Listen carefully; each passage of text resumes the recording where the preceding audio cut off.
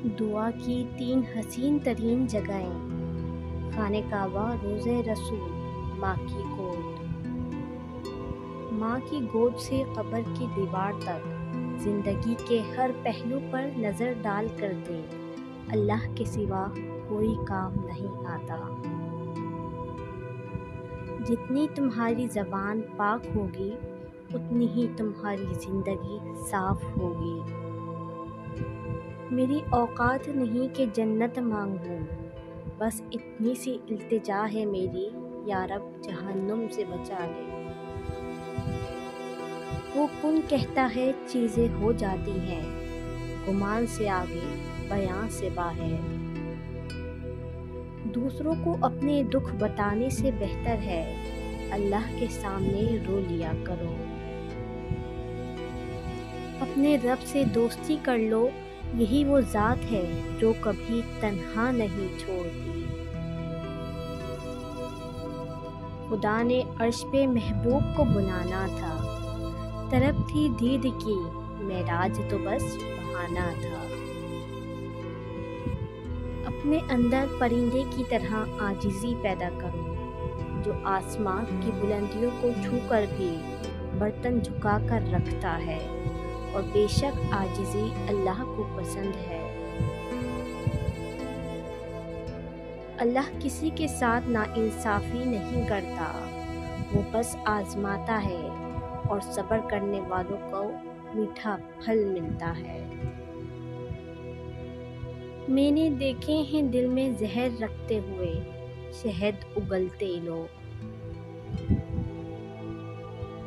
جب تمہیں خوشی ملے تو ان چیزوں کو کبھی مت بھولنا، اللہ کو، اس کی مخلوق کو، اپنی اوقات کو اور موت کو۔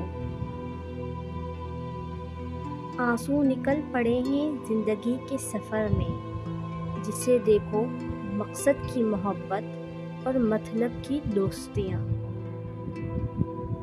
وقت کی ایک خاصیت یہ بھی ہے، وہ بدلتا ضرور ہے، چاہے اچھا ہو یا برا۔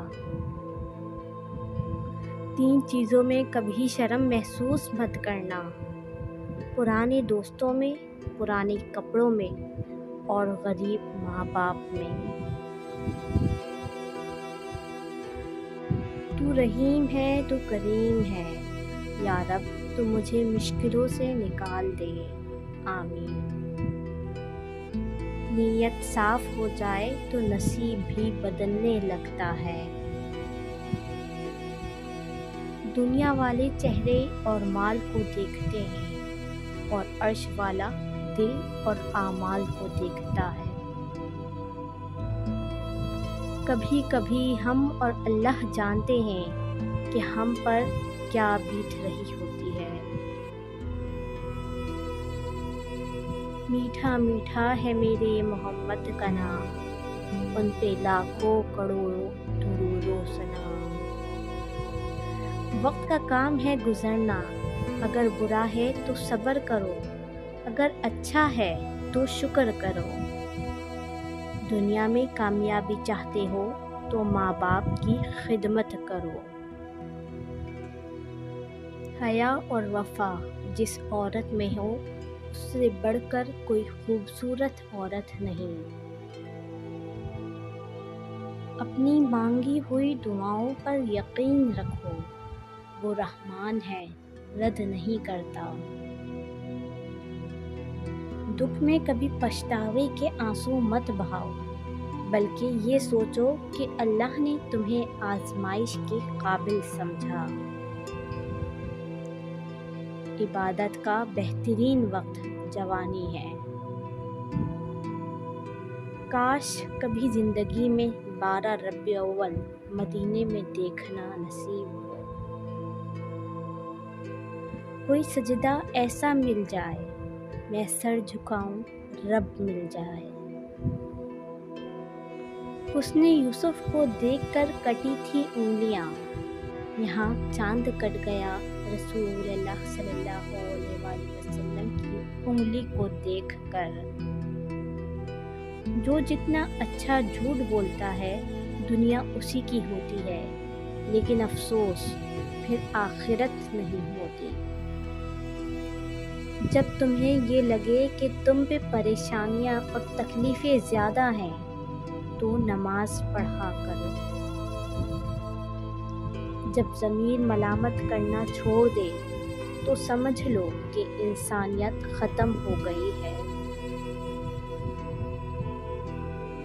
آج برا ہے تو کیا ہوا، کل اچھا ہوگا، وقت ہے بدل ہی جائے گا۔